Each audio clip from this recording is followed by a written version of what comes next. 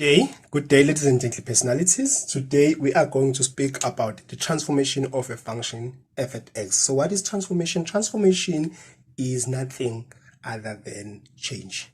Don't be confused by a very big word, transformation. It simply means change. So you are changing something from something that it used to be to something else. So what we are doing here, we're going to be transforming functions, and we are going to see that what is it that happens when you transform those functions.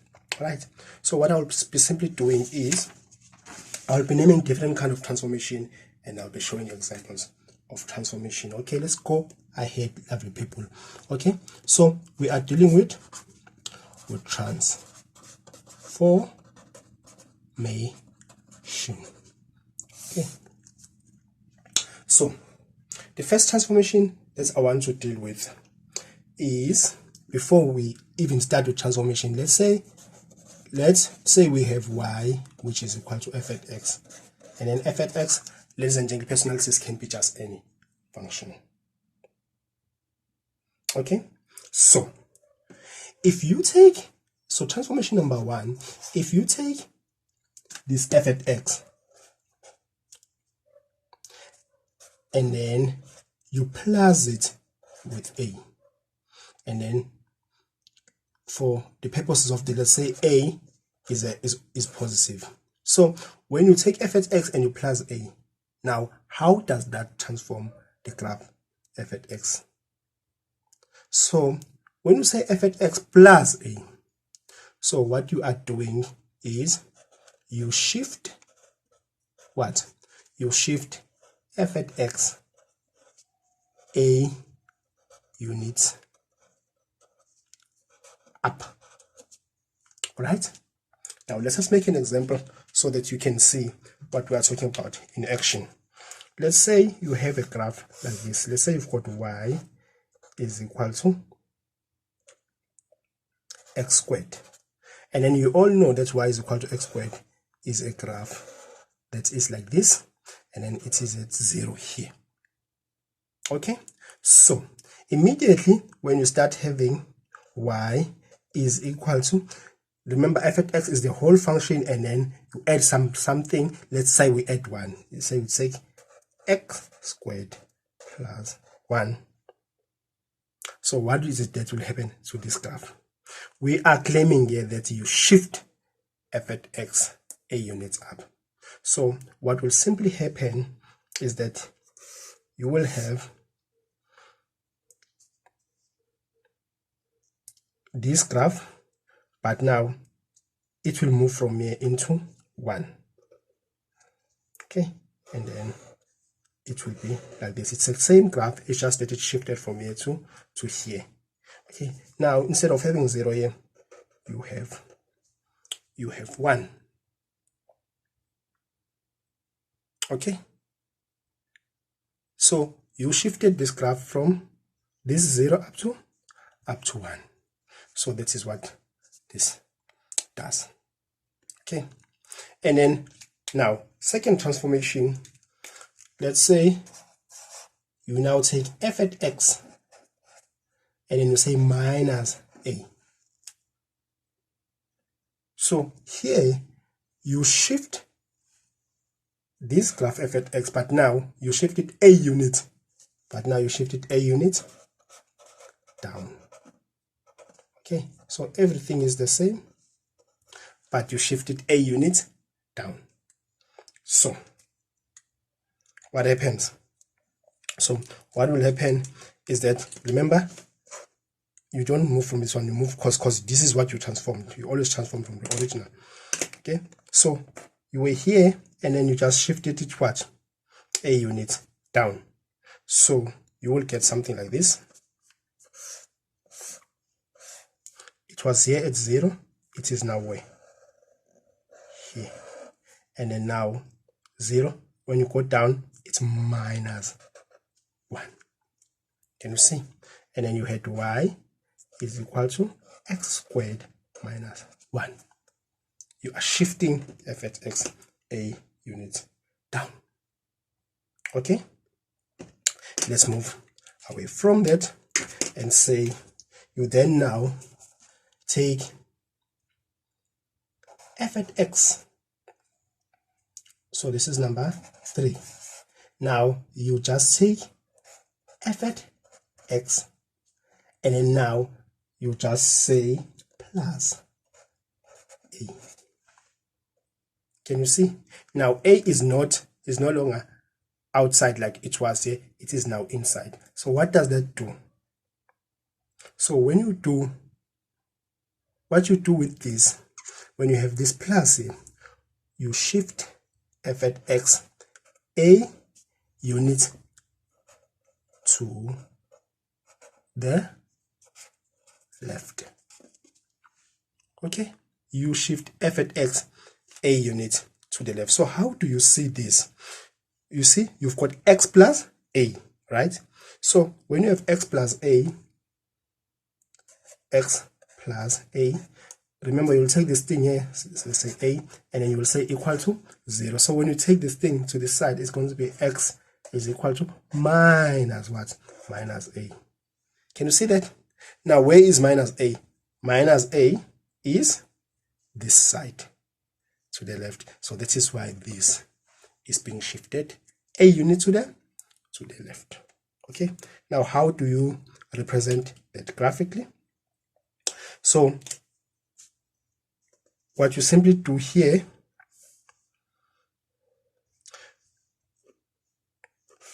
you do this, you move from here, you just say 1 unit to the left. When you say 1 unit to the left, you can see you will start having something that looks like this one. Can you see?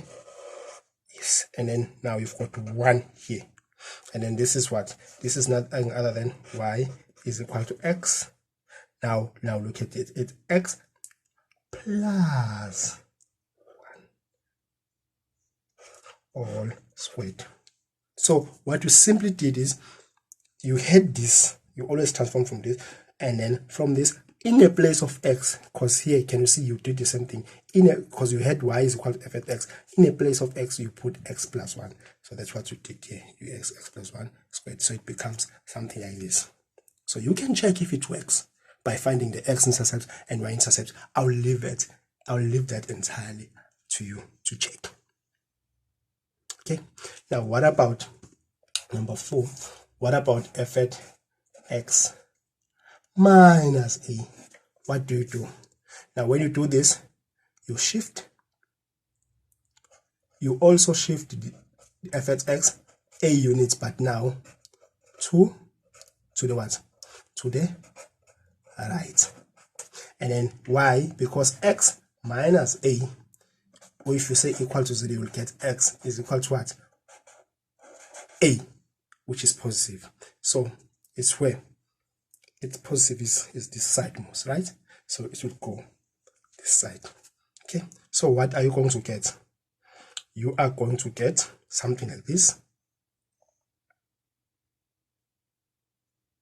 Hey, can you see? I've actually done a mistake. I didn't even see. I'm noticing now. Okay, this was a normal one that you started with, and then this was number 1, transformation number 1, and then this was transformation number 2. But this, guys, is actually this one that I'm starting up with here.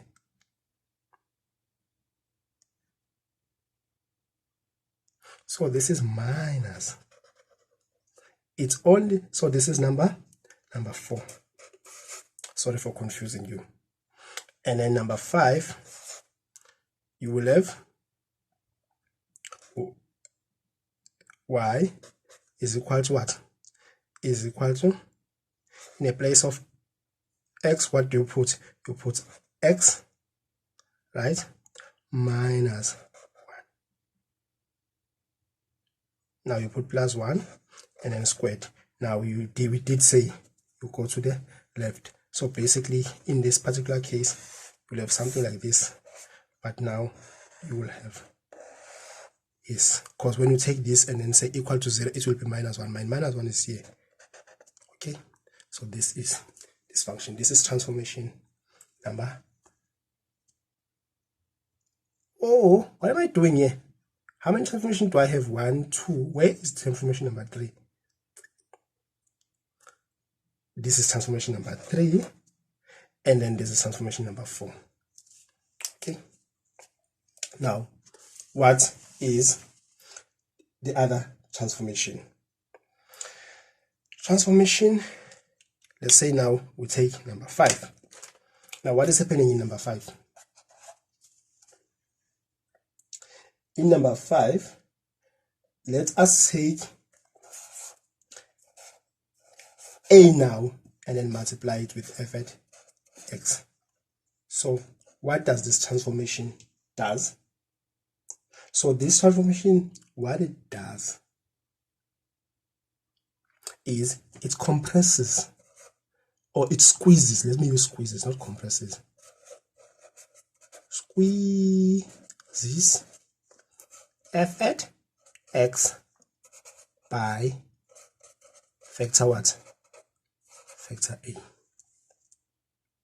Okay, so if you had something like this, and then all of a sudden, let's say you start having 2x squared, then you are squeezing the graph with the factor 2x. You can go ahead and check. So you will end up have something. Now, what you must notice here, the what you call the x's don't change from here, because this is the original one where things came from. Actually, this one should be a different color. Why is this a normal color? Let me put the black here so that we can also see, yes, it's a different one, because everything starts from here. All right, so number 5, if we've got y is equal to 2x squared, so basically what we'll simply have is nothing other than what? The same graph as this, but now more squeezed. Can you see? So it will be more like, can you see? You can check all of this thing yourself, but nothing else will change, just that. Okay, so you are squeezing the graph by the factor, you are squeezing the graph by the factor A, in this case the factor 2. Okay, let me put this here and then go to the next one. Let's say, okay, let me just put it away because we've already seen it most. So let's say the 5th one, the 5th transformation. So guys, I hope you can notice I'm just explaining not all the functions. There is, when you want to see the transformation of all the functions, you can actually go to each function individually, but the steps are the same. It differs from function to function, but the steps are exactly the same. It doesn't matter which function it is. Okay, the same thing. These rules, these things that happen when you transform, they happen in the same way everywhere. Okay, now let's continue. So if we now multiply it with 1 over a, you multiply f at x with 1 over a. So what do we do? Remember, now what we did here is we squeezed. So what did we, now what is happening here? We are flattening f at x also by factor a. All right, so if you had y x squared, which was, okay, let me just write it, this one again.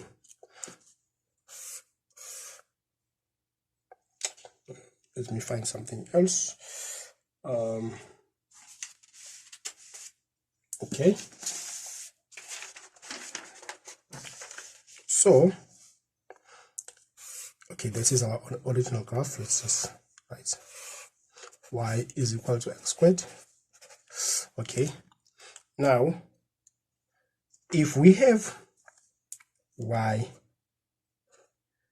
which is equal to, say, y over 2x squared, so what happens now is that you would have the same graph, but now it will be a little bit flatter. So it will be like, can you see? Yes, it's, can you see that? Yes. Okay, So you have flattened the graph by factor what? By factor A. And this is number 6. This is graph. It goes on with number 6. Right? And then we've got the last two. Number 7. Number 7. Now let's say in number 7, you just take f, but now in a place of x you just put minus. Now when you do this to a graph, what is it that you are doing?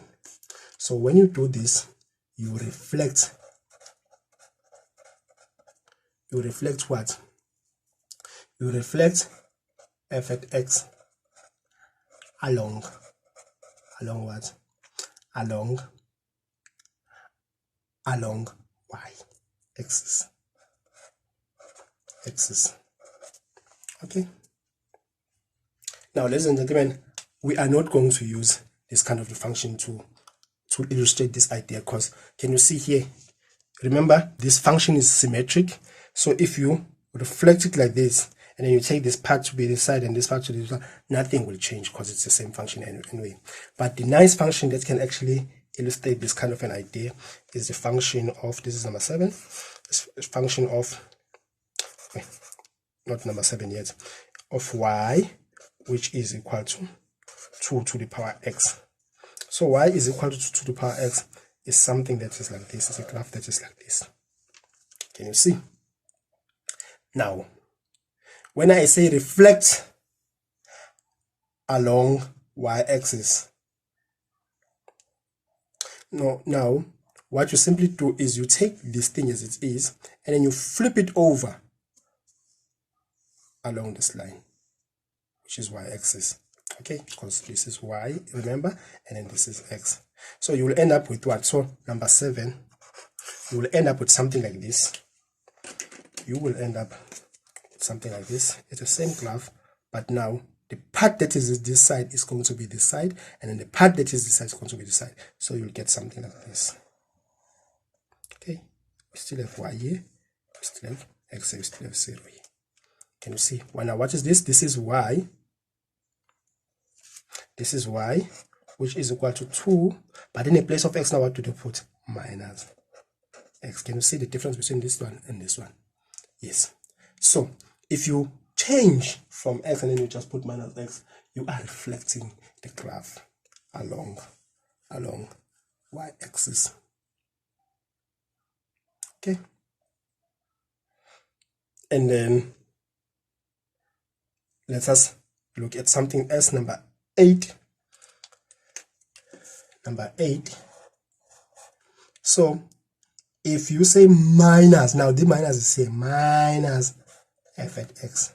Now what are you doing here? You are reflecting. You are reflecting f at x. Now you are reflecting it along what? Along x axis. Okay, guys, I think I should actually bring this to your attention. Some people say along, you reflect along. Some people say about. You see, reflecting about the x-axis. It's one and the same thing. Same person, just different what? Different clothes. Okay. So what do you do in this case? We can actually use this function for that. We can also use this function. It does not really matter. So if we use this kind of a function, you just simply take what the part that is here and then you you flip it over. Okay, so you will end up having, okay, or let me use this one to make things simple. This one. So this is number, okay, let me use a different color. This is number 8. So basically what you will simply do is you will have something like this, but now this was 1, so it's going to be at minus 1, and then and then it becomes something like this. This is still x, this is still y. You just took this part that is here and then you like you just, it's like you cut here, you cut this line with a scissor and then you take everything and then you flip it over and then it shows and it becomes exactly something like this. But for interest sake, we can do it here as well. Okay, let me quickly write the formula of this one first. So this is gonna be what? It's gonna be y is equal to minus 2 to the power x. Okay, now let me, for interest sake, I'm gonna use a black color. From here, let's try y is equal to minus x squared. It will be something like this. Can you see that? You just took this graph and you flip it over and it becomes something like this. You are reflecting along what? Along x-axis or about x-axis. Does it make sense? All right, now we are going to do the last one. This was number 8, right? And then we are going to do number 9. Where is number 9?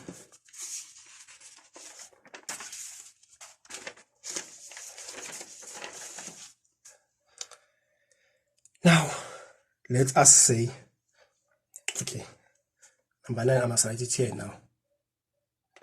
Okay, let me write it here, number 9. Let us say now, you just find the inverse of this function. So you've taken the function f at x and then you've just found the inverse of it. So what transformation happens? So what happens then is that you reflect what? You reflect the function f at x about or along about what? About line what? Line y is equal to x. So how do you do that? I'm gonna make one example. Let's take the example where you've got y, which is equal to 2 to the power x, which is nothing other than this. And then you've got what? You've got y here, you've got what? You've got x here. So now I want you to look at this and then you look at it rather very carefully to this transformation. So what do you do here? You've got this function. So now you are reflecting about about the line y is equal to x. So what is line y is equal to x? It's a line that is like this. I'm going to show it with broken lines. Can you see? So you are going to pretend as if you come in with a scissor like this, and then you take the part that is here, and then you flip it over here. Now when you do that, what happens? You will get something that is like this. You see? There we go.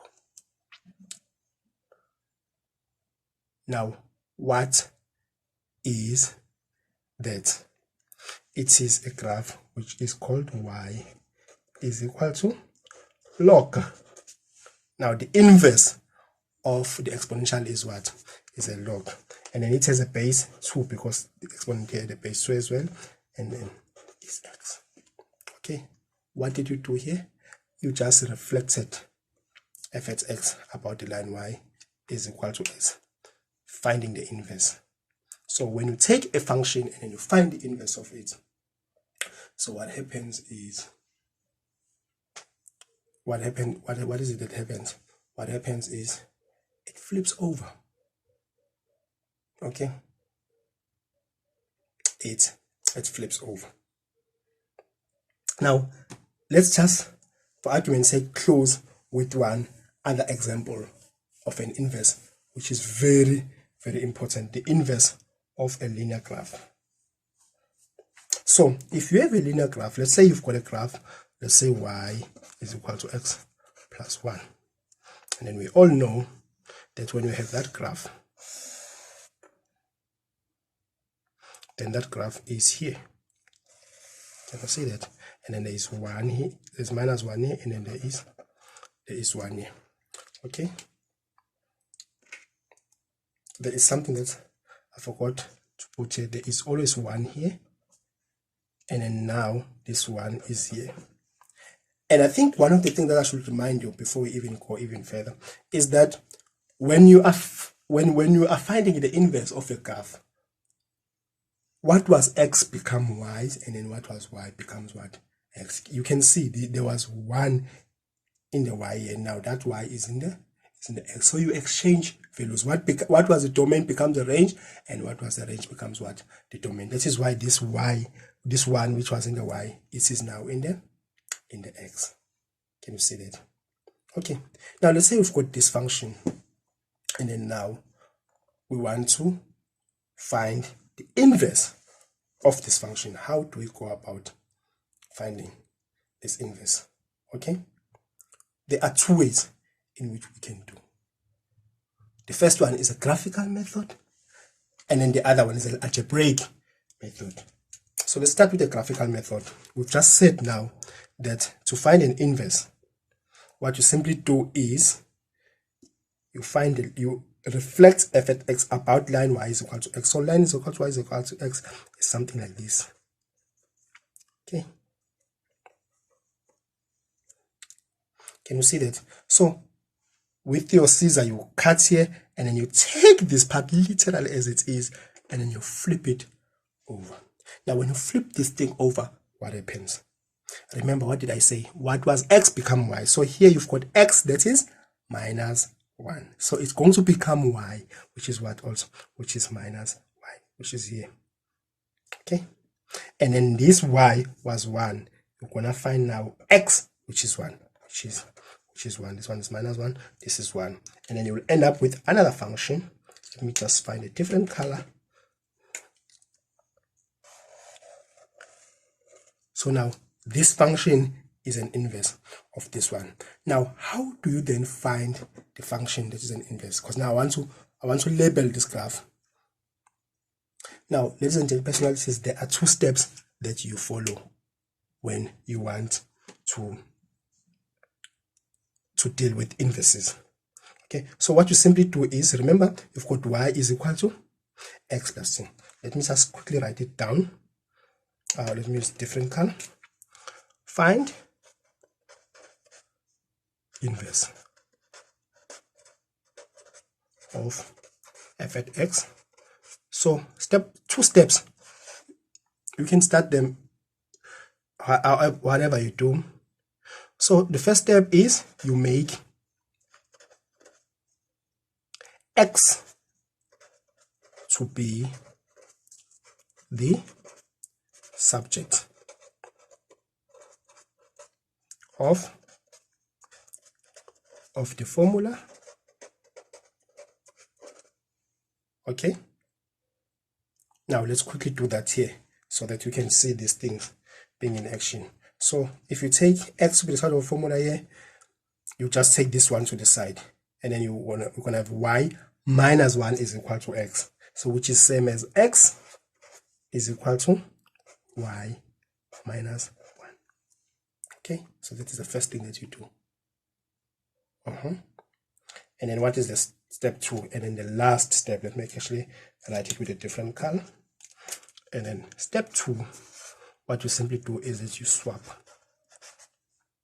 x and y. So when I say swap x and y, I mean where there was x, you put y, and where there was y, what you do?